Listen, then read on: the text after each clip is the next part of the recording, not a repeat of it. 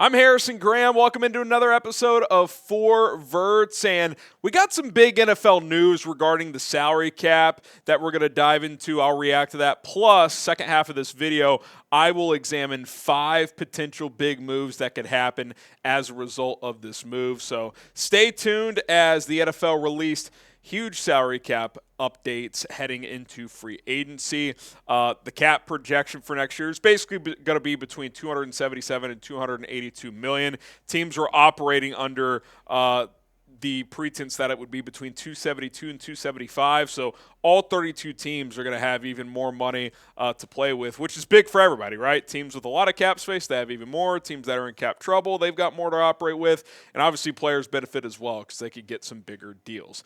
Brett Coleman also had this interesting nugget on Twitter. One of the OGs in NFL YouTube had an interesting note that I just wanted to kind of react to here. So let me read what he said first. He said the salary cap is going to explode again, and it's all because of the change in how Nielsen measures ratings. Starting this year, they're leaning into using data directly from smart TV manufacturers to measure viewing habits in addition to the traditional at-home panel method. This means NFL ratings, in particular from Sunday Ticket on YouTube, are going to be more accurately measured, and that number is going to be way bigger than you think because of just how many Gen Z and millennials consume football on streaming services.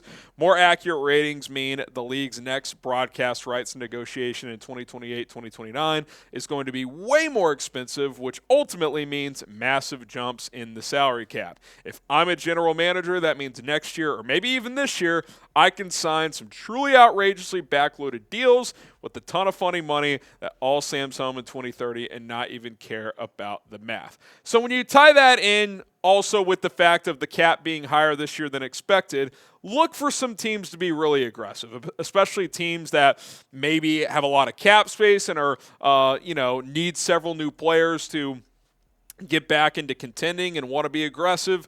Would not be shocked at that at all. Teams like the Raiders, the Patriots, etc., could look to throw big money out to persuade players to sign with them because they're going to have some extra money to work with. All right, coming up, that's what we're going to do next. Explore 5 big moves that could happen as a result of this salary cap news, so stay tuned for that. But first, the NFL Combine gets going next week. Chat Sports will have boots on the ground, so we'll have plenty of content from Indianapolis. And I told you guys I would love to get to 8,000 subs before the Combine really gets going next Tuesday. Can we get there? We're 261 subs away. I would appreciate it if we got there. Love and support from you guys has been awesome recently on this channel. Let's keep the train rolling here on 4 Verts. Okay, 5 potential cap explosion moves. Number 1, Jamar Chase. Could he get $40 million per year? We saw Justin Jefferson get $35 a year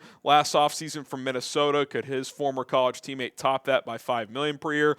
Jordan Schultz, the Fox Sports insider, already is reporting that he could see that figure. Now, that seems a little crazy for a receiver, but it's also like, what are you going to do if you're Cincinnati? You're not going to pay up for Jamar Chase. I would guess he gets at least 37, 38, could even get 40. And with the cap going up, you just backload the hell out of that deal like Brett Coleman suggested. And, when those cap hits are north of 50, 55, $60 million on the back end of that contract, well, you can either cut them to save money if you structure it properly, or by then it's still a small enough percentage of the cap because the cap could be $350, $400 million by the end of that contract. Okay, Myles Garrett trade and massive contract extension. You guys know my stance. I think the Browns should trade Myles Garrett because A, he wants more money and he's going to want massive money. And to me, if you're a team like the Browns and you're not that close to contending for a Super Bowl, I'm not paying a 29-year-old $35, $40 million per year on a new contract.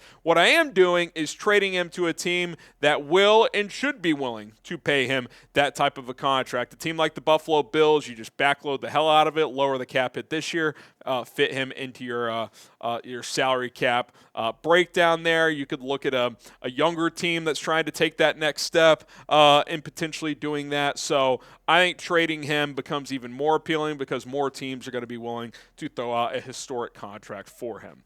How about this one? The Raiders pay Sam Darnold big money.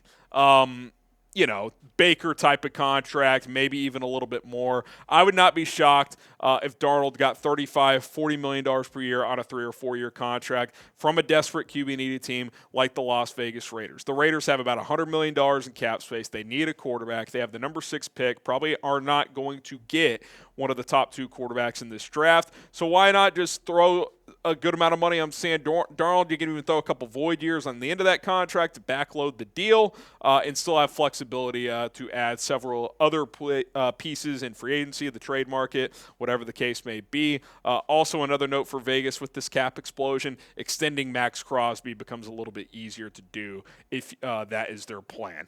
Okay, the Bears pay Trey Smith big money, something I've talked about on my other YouTube channel, Chicago Bears Now. You Bears fans, come check it out.